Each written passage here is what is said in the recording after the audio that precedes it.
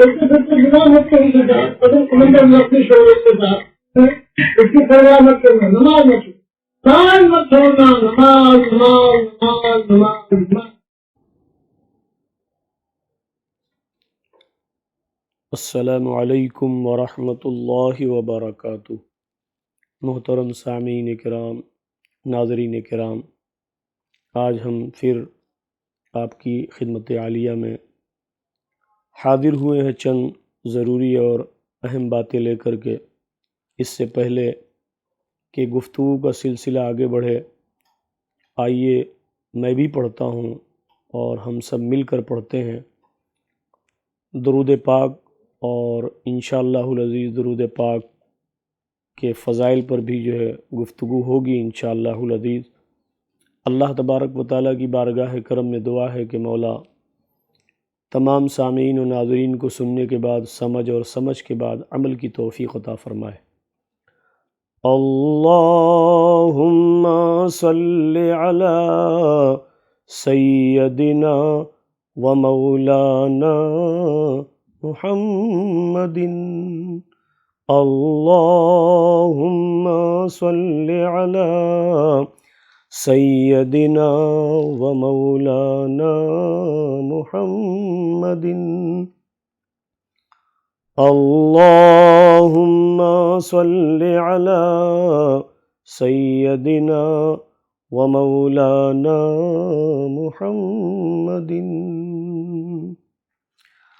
اعوذ باللہ من الشیطان الرجیم، ان اللہ و ملائکتہ یصلون علی النبی یا ایہا الذین آمنوا صلوا علیہ وسلموا تسلیما۔ اللہم صلی وسلم وبارک علی سیدنا مولانا محمد طب القلوب و دوائها وعافیت الابدان و شفائها ونور الابصار و ضیائها وعلی آلہ واصحابہ دائما ابدا وبارک وسلم۔ صلو علیہ صلاۃ و سلام علیک یا حبیب اللہ صلی اللہ تعالی علیہ وسلم۔ عزیزان محترم،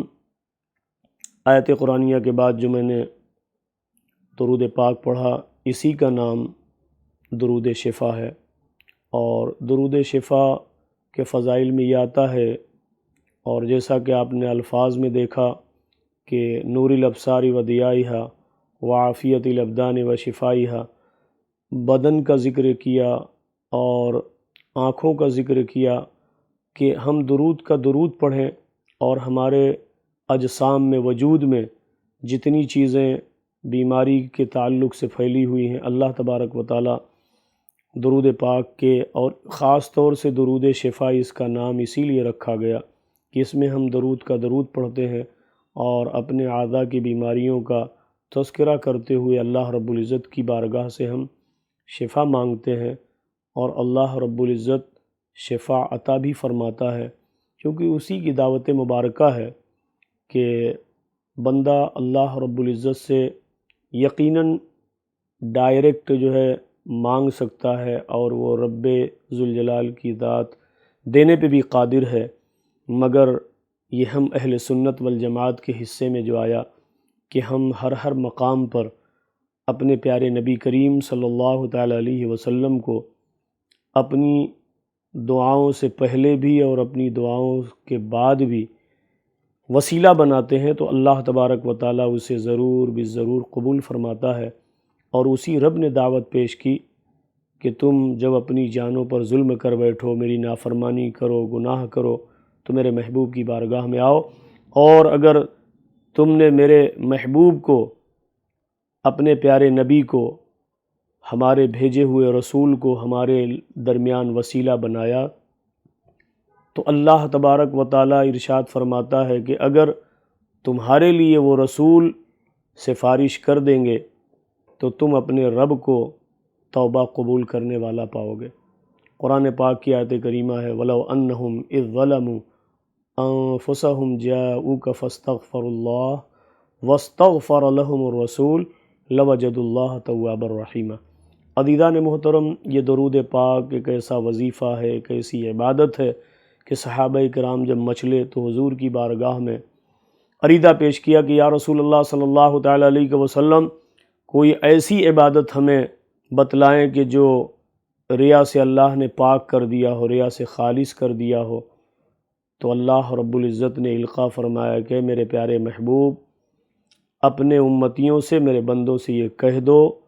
کہ اللہ تبارک و تعالیٰ نے جاؤ تمہیں ایک عبادت ایسی دی، ایک وظیفہ ایسا دیا کہ جو ریا سے خالص ہے، ریا سے پاک ہے۔ ریا کہتے ہیں دکھاوے کو، یعنی اگر کوئی عبادت ہم کریں تو اس میں ریا کا شائبہ ہے، نماز پڑھیں، روزہ رکھیں، حج کریں، زکوٰۃ دیں، ان تمام چیزوں میں اس بات کا شبہہ ہے کہ بندے پر جو ہے یہ غالب ہو جائے کہ میں اس کو دکھاوے کے لیے کروں تو اعمال اکارت ہوئے، گرفت ہوگی، پکڑ ہوگی، اور اللہ تبارک و تعالیٰ کی بارگاہ میں جو ہے وہ مجرم ہوگا اور سزا اسے دی جائے گی۔ لیکن درود پاک حضور نبی کریم صلی اللہ تعالیٰ علیہ وسلم کی ذات مبارکہ پر اگر اللہ کا بندہ آقا کریم صلی اللہ تعالیٰ علیہ وسلم کا امتی درود پاک پڑھتا ہے تو اگر وہ دکھاوے کے لیے بھی ہو تو اللہ تبارک و تعالیٰ اسے ریا سے پاک فرما کر، ریا سے خالص فرما کر کہ بندہ اگر دکھاوے کے لیے بھی پڑھے تو اللہ رب العزت اپنے جو ہے فضل و کرم سے اسے ریا سے پاک فرما کر اپنی بارگاہ میں قبول فرما لیتا ہے۔ عزیزان محترم، اب اس سے بڑھ کر ہمارے لیے اور فضیلت کوئی درکار نہیں کہ اللہ تبارک و تعالیٰ نے، اور یہ کیوں کیا کہ جو میں نے آیت کریمہ آپ کے سامنے پڑھی اس میں رب ذوالجلال نے ارشاد فرمایا کہ بے شک اللہ اور اس کے فرشتے نبی پر درود بھیجتے ہیں۔ خطاب کا انداز دیکھیں کہ اللہ رب العزت ارشاد فرماتا ہے اے ایمان والو، ایمان سے جن کا تعلق ہے انہی کو اللہ رب العزت نے حکم فرمایا کہ اے ایمان والو تم بھی نبی پر خوب خوب سلام اور درود بھیجا کرو۔ تو یہ اہل سنت والجماعت کے حصے میں آیا۔ اللہ تبارک و تعالی ہمیں بھی اور ہمارے آنے والی نسلوں کو بھی اسی پر قائم و دائم فرمائے۔ اور عزیزان محترم، بہت لمبی چوڑی گفتگو کو سمیٹ کر عاشق رسول نے کیا خوب ارشاد فرمایا کہ جو شے تیری نگاہ سے گزرے درود پڑھ، جو شے تیری نگاہ سے گزرے درود پڑھ، ہر جزو کل ہے مظہر انوار مصطفیٰ۔ سبحان اللہ، سبحان اللہ، ماشاء اللہ۔ اللہ تبارک و تعالیٰ نے کیا خوب جو ہے ذہن عطا فرمایا کہ حضور نبی کریم صلی اللہ تعالیٰ علیہ وسلم کی ذات اور نور کا مظہر ہے۔ دنیا میں کسی بھی چیز پر اگر نظر پڑے تو عاشق تڑپ کر نبی پر درود پڑھے، جب کسی بھی شے پر نظر پڑے تو عاشق تڑپ کر درود پڑھے کہ جو شے تیری نگاہ سے گزرے، در کو دیکھا، دیوار کو دیکھا، بحر کو دیکھا، بر کو دیکھا، خشک کو دیکھا، تر دیکھا، جہاں جہاں نظر پڑے سب حضور کے جلووں کا آشکارا ہے۔ عزیزان محترم، تو بندے کو فرصت ہی نہ ملی، کوئی بھی چیز دیکھی جو عجائبات میں سے ہے اسے بھی اللہ تبارک و تعالیٰ نے جو بھی تخلیق فرمائی، دریا کے اندر مچھلیوں کو دیکھا درود پڑھ، پہاڑوں کے جو ہے چوٹیوں کو دیکھا درود پڑھ، درختوں کی جو ہے بناوٹ کو دیکھا درود پڑھ، انسان کے وجود میں اللہ تبارک و تعالیٰ نے کس قدر نعمتیں عطا فرمائیں، ان کو دیکھ کر جو ہے بندہ درود پڑھے، آنکھ دیکھے، کان دیکھے، زبان دیکھے، دست و پا دیکھے، جس پر بھی نظر پڑ جائے یہ ہر ایک چیز جو ہے حضور نبی کریم صلی اللہ تعالیٰ علیہ وسلم کے ذات مبارکہ کا، وجود کا اور نور کا مظہر ہے۔ اس لیے کہا عاشق نے کہ جو شے تیری نگاہ سے گزرے درود پڑھ، ہر جزو کل ہے مظہر انوار مصطفیٰ۔ تو عزیزان محترم، پھر عاشق نے تڑپ کر جو ہے کہا کہ میں سو جاؤں یا مصطفیٰ کہتے کہتے، میں سو جاؤں یا مصطفیٰ کہتے کہتے، اور کھلے آنکھ صلی علی کہتے کہتے۔ اگر نیند ایسی آئے اور بیداری ایسی ہو تو پھر مومن کامیاب ہو گیا، اللہ تبارک و تعالیٰ کی بارگاہ میں سرخرو ہو گیا۔ تو کوشش کریں کہ درود پاک کو جو ہے وظیفہ بنا لے، اور جو بھی مسائل، مصیبت، مشکلیں، ان کے لیے اللہ تبارک و تعالیٰ نے درود پاک کو ایک بہت بہترین جو ہے اللہ تبارک و تعالیٰ نے ذریعہ بنایا کہ تم درود پڑھو اور اپنی دعائیں کرو۔ حضور نبی کریم صلی اللہ تعالیٰ علیہ وسلم نے ارشاد فرمایا کہ جب بندہ مومن کوئی دعا کرتا ہے اور اس کے آگے اور پیچھے درود نہیں پڑھتا تو وہ دعا زمین اور آسمان کے درمیان معلق ہوتی ہے، یعنی لٹکا دی جاتی ہے، فرشتے اسے رب کی بارگاہ میں پیش نہیں کرتے۔ اور جب درود پاک آگے بھی ہو اور پیچھے بھی ہو، درمیان میں ہماری دعائیں ہوں، تو اللہ تبارک و تعالیٰ پھر ہمارے الفاظ کو نہیں، ہمارے احوال کو نہیں، بلکہ درود پاک کی جو ہے بندش کو کہ آگے بھی ہے اور پیچھے بھی ہے، درمیان میں مومن بندے کی دعا ہے، تو اللہ تبارک و تعالیٰ اس درود پاک کے پڑھنے کے صدقے اور طفیل ہماری ان دعاؤں کو بھی قبول فرما لیتا ہے۔ تو عزیزان محترم، دعائیں جب قبول ہوتی ہیں تو انسان کا مزاج ہے، طبیعت ہے کہ ہمیں اس کا اثر تو دنیا میں ظاہر نہ ہوا، تو جن دعاؤں کا اثر دنیا میں ظاہر نہ ہو تو پھر بندہ اطمینان رکھے کہ اللہ تبارک و تعالیٰ نے اس کی اس دعا کے الفاظ کو اس کے لیے میدان محشر میں قیامت کے دن جو ہے اللہ تبارک و تعالیٰ اس ایک ایک دعا کے الفاظ اور حرف کے بدلے اسے نیکیاں عطا فرمائے گا۔ تو عزیزان محترم، جن دعاؤں کا اثر ظاہر نہ ہو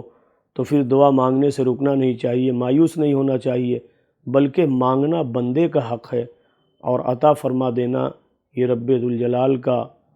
احسان اور عظیم کرم ہے۔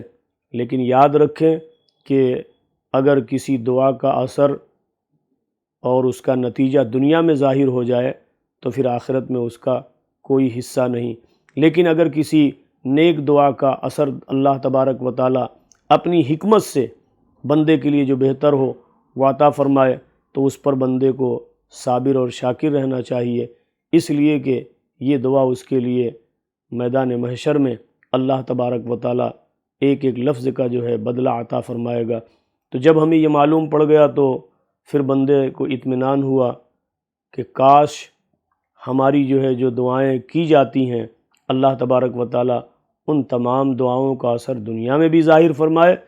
اور اللہ اپنے فضل و کرم سے جو ہے آخرت میں بھی ہمارے لیے محفوظ فرمائے، اور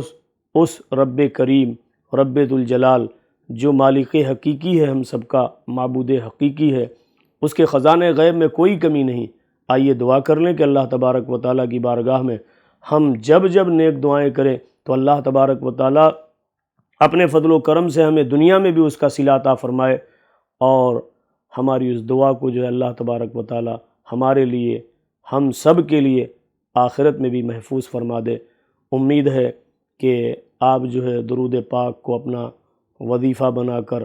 آگے اور پیچھے دعاؤں سے پہلے اور بعد میں درود پاک پڑھ کر اپنی دعاؤں کو سجائیں گے، اور اس امید کے ساتھ کہ اللہ تبارک و تعالیٰ اس دعا کو جو ہے اب قبول فرما لے گا، رد نہ فرمائے گا۔ تو عزیزان محترم، اس عاجز و مسکین کی آپ سے یہی گزارش اور اپیل ہے کہ درود پاک ایک ایسا وظیفہ ہے کہ تمام مشکلوں کا حل ہے، ثواب کا ثواب ہے، نیکی کی نیکی ہے۔ تو آج ہی سے ہم یہ عہد کریں، اور میں آپ سے خصوصی طور پہ جو ہے یہ گزارش کروں گا کہ اگر یہ باتیں آپ کو اچھی لگتی ہیں تو آپ خود بھی عمل کریں اور اپنے دوست احباب تک گلشن چشت کے تحت جو یہ باتیں آپ تک پہنچائی جا رہی ہیں، یقین جان لیں میرا اور میرے تمام احباب کا اور گلشن چشت کے تمام ٹیم ورکروں کا یہی نظریہ اور یہی جو ہے ان کی دلی خواہش ہے کہ اللہ تبارک و تعالیٰ ان سارے معمولات کو اور ان کاموں کو قبول فرما کر ہم سب کے لیے ذریعہ نجات بنائے، توشہ آخرت بنائے۔ کسی کا مطمع نظر یہ نہیں کہ ہم اس سے دنیا حاصل کریں، صرف گزارش یہ ہے کہ اگر آپ کو اچھا لگے تو آپ پھر اپنے احباب تک اسے پہنچا دیں، کیونکہ نیکی کی باتوں کو جو ہے دوسروں تک پہنچانا خود نیک عمل ہے۔ تو اللہ تبارک و تعالی ہم سب کو جو ہے اس پر عمل کرنے کی توفیق عطا فرمائے۔ آپ اپنا اور اپنے اہل و عیال کا اور اپنے پڑوسیوں کا خاص خیال رکھیں۔ اللہ آپ کا حامی و ناصر ہو۔ آمین آمین یا رب العالمین، بجاہ سید المرسلین صلی اللہ تعالی علیہ وسلم۔